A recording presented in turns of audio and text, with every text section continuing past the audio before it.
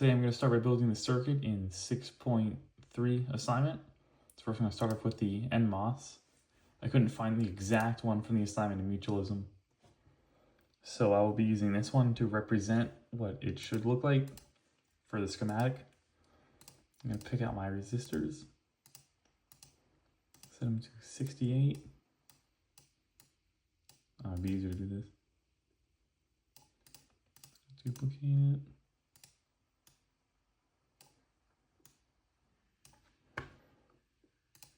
Get another resistor of 470 ohms.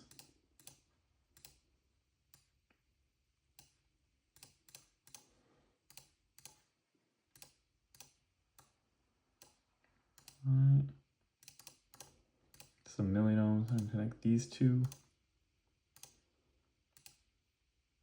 I believe this is the base, this is the collector. Come on.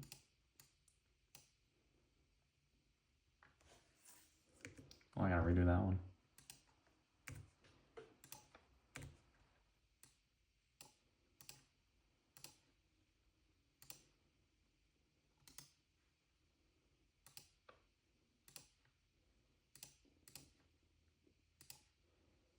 I gotta add a voltage supply.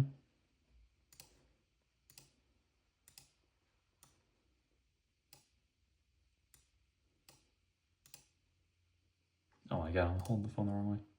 Whoops.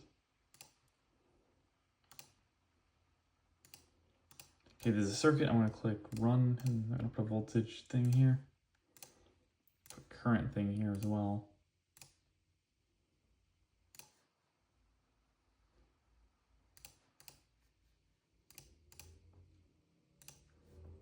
And go. So right now this is going to drop the voltage by 1 volt, but it will not affect the current. It's very interesting when you need voltage limited devices, but you don't want to mess with the current or increase it. Change this ratio of how it limits voltage by increasing the resistors.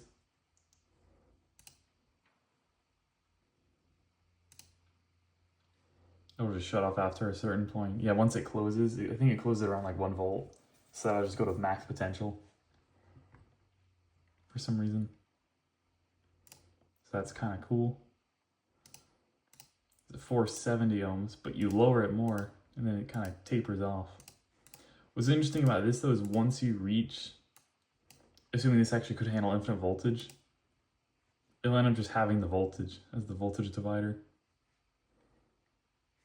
That's not right. Oh, no, that's not working. It's the wrong ohms.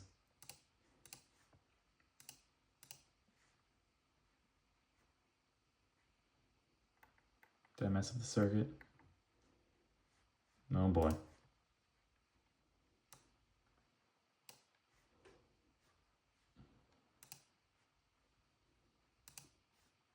I'm just gonna reload it. I don't know why it does this. I build the circuit the same way. It wants to behave differently. That's so freaking weird.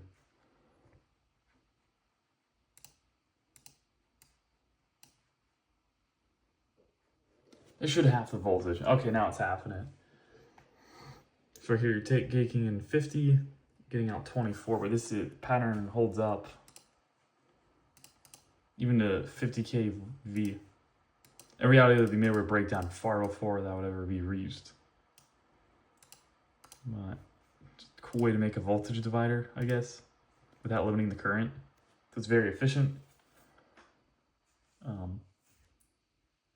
How you'd measure this in mutualism, if you wanted to test it, you'd put your channel 1 voltage in this top area, you put your channel 2 voltage here,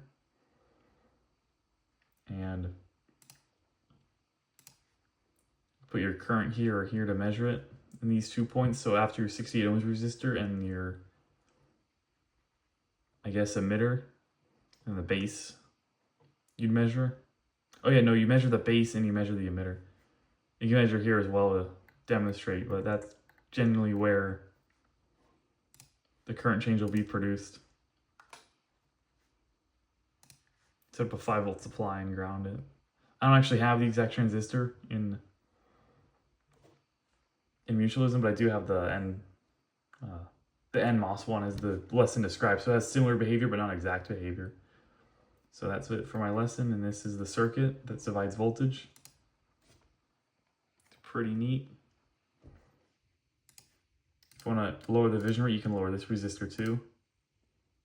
That doesn't make a significant difference.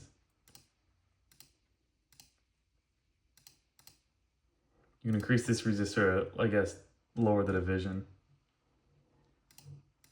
That's kind of interesting. Well, that's all. That's how this circuit works. I think you could use this in maybe circuits that require current limit or voltage limiting, but not current limiting. So I guess maybe like a timer, or like just another thing that uses the same voltage, but you don't want to have a separate power supply for it. You can just do this, and you can handle a decent amount of current. So there's lots of ways you could use this, but it's pretty interesting, and that's all I got. Have a good day.